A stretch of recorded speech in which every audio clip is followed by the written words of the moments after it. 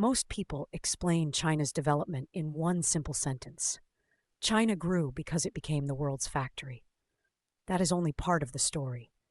China's rise also depended on strong state capacity, long-term planning, large infrastructure investment, industrial policy, and the government's ability to mobilize resources on a massive scale. In simple words, the China case asks one major question: how can a government use planning and administrative power to transform a country quickly? State capacity means the government's ability to make decisions, collect revenue, enforce laws, build infrastructure, manage institutions, and turn policies into real results. Many governments announce ambitious plans. China became known for implementing large projects at extraordinary speed. It built highways, ports, power stations, industrial zones, airports, railways, and entire cities. This infrastructure helped factories produce goods and move them efficiently to domestic and international markets.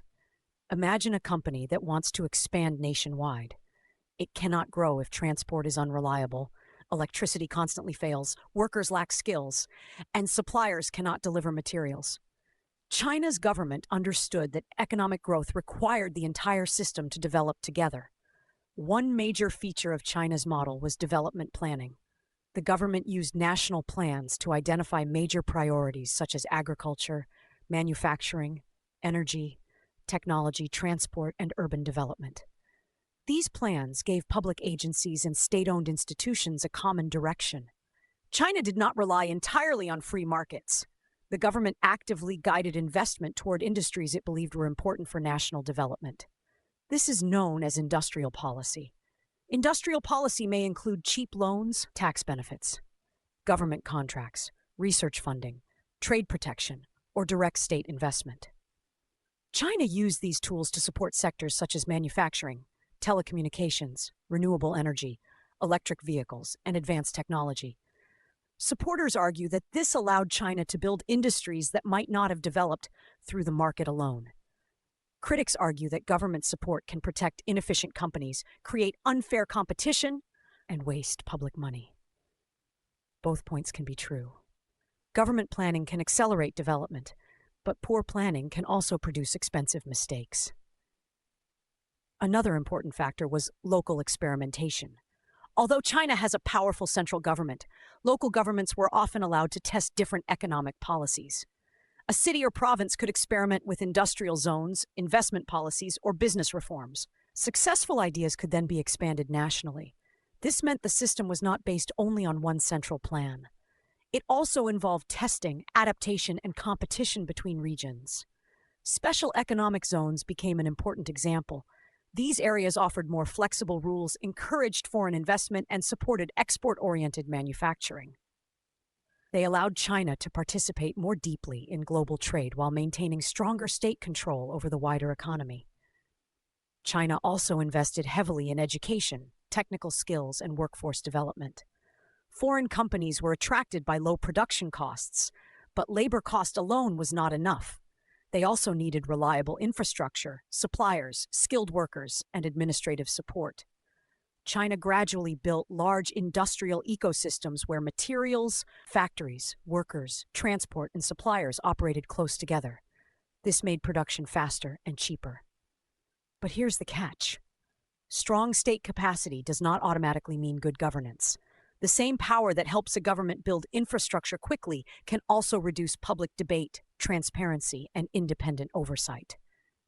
China's political system allows the state to make major decisions without the delays found in competitive democracies. This can increase speed, but it can also make it harder for citizens, journalists, opposition groups, or independent institutions to challenge bad decisions. Fast implementation is useful only when the policy is correct. When the policy is wrong, strong state capacity can implement the wrong decision on a very large scale. This is one of the main risks of centralized development planning. China's rapid construction also created concerns about debt and overinvestment. Local governments sometimes borrowed heavily to fund infrastructure and property development. Some projects supported real economic growth. Others created underused roads, buildings, or industrial capacity.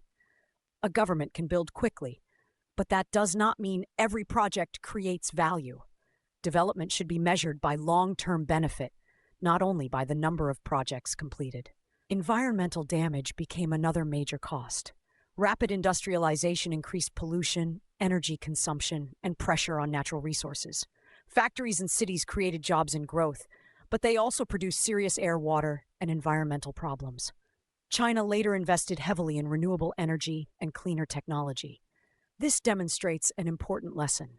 Development planning must consider not only economic output, but also public health, sustainability, and quality of life.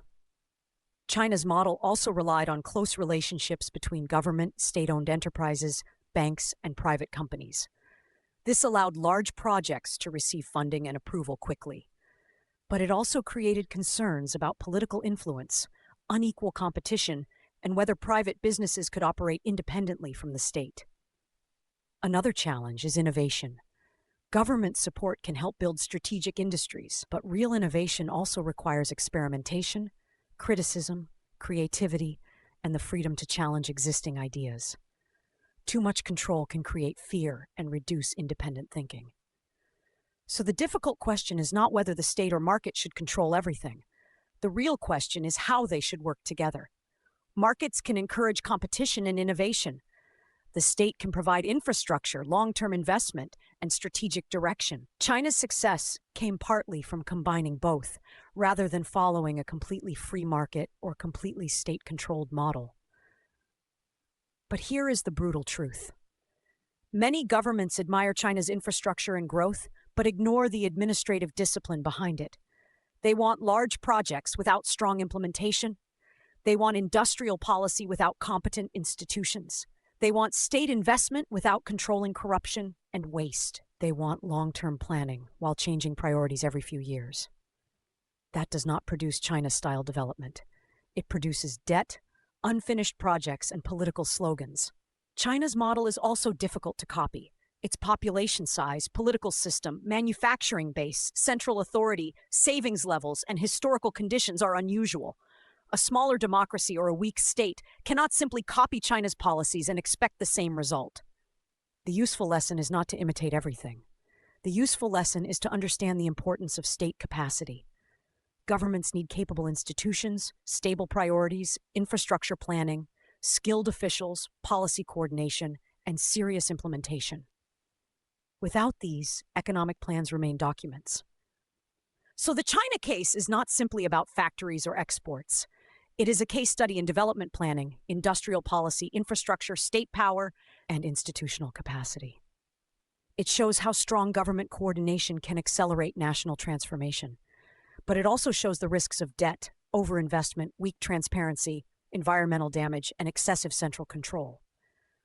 At the Learning Studio, we will not study China as either a perfect development miracle or a purely authoritarian system. We will understand it as a complex example of what strong state capacity can achieve and what it can endanger. Because once you understand China's development model, you stop asking only, how did China grow so quickly? And start asking the deeper questions. How did the state coordinate investment, build infrastructure, support industry, implement long-term plans, and what economic, political, and social costs came with that power?